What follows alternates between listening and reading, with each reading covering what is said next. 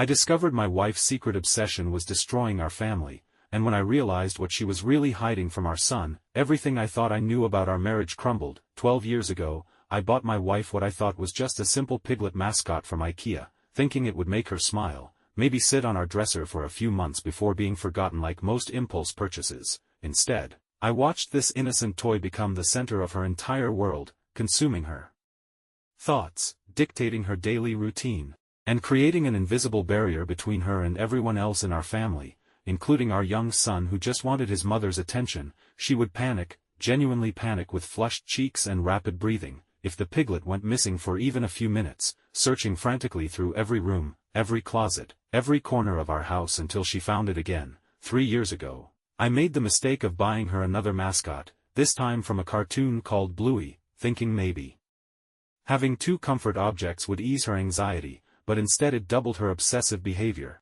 And now she guards both toys like precious artifacts, hiding them in secret locations throughout our home. I told myself it was trauma, that these mascots were her anchors after the difficult experiences she'd endured before we met, and I convinced myself that being understanding, being supportive, being the patient husband was the right approach. But our son, bright and perceptive as he is, began to notice how much attention, how much emotional energy, how much love his mother poured into these inanimate objects while he struggled to get even a fraction of that devotion from her. Last month, I watched my little boy drag a ladder across our living room because he was convinced she'd hidden the piglet in the high cupboards, and I realized this wasn't just about toys anymore. This was about a child desperately trying to understand why his mother's stuffed animals received more care, more protection, more genuine affection than he did. The house became a war zone, with her frantically hiding her precious mascots and him hunting them down with the determination of someone who knew exactly what he was competing against for his mother's love.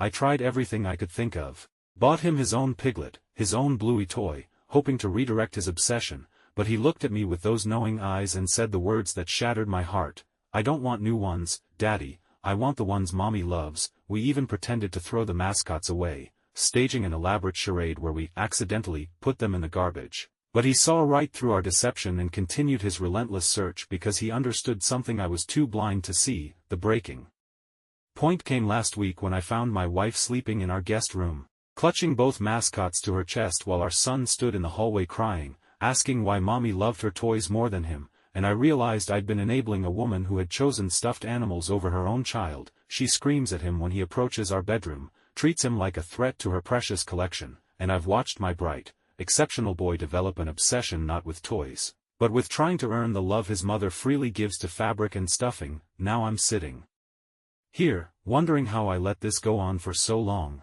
how I convinced myself that her trauma justified the emotional neglect of our son, and questioning whether the woman I married is capable of being the mother our child deserves. The mascots aren't anchors, they're chains, binding her to a fantasy world where she doesn't have to face the responsibility of loving a real, living, breathing child who needs her more than any toy ever could. I'm done making excuses for her behavior, done pretending this is normal or healthy, and I'm finally ready to put our son's emotional well-being above her obsessive attachment to childhood comfort objects, even if it means our marriage can't survive the truth. Here are some comments from the community and OP's responses. Comment 1. He's 9 and should really understand a proper talking to where his parents explain this isn't fun anymore and is him overstepping boundaries you have set for him. OP's response. Got to defend him a little here. He's exceptional at pursuing his goals and following directions, I promise. We did good here. It's just this obsession with these toys. Other than that, I swear he's extremely bright boy. What I'm dealing with here is that he wants to get what my wife cherishes most.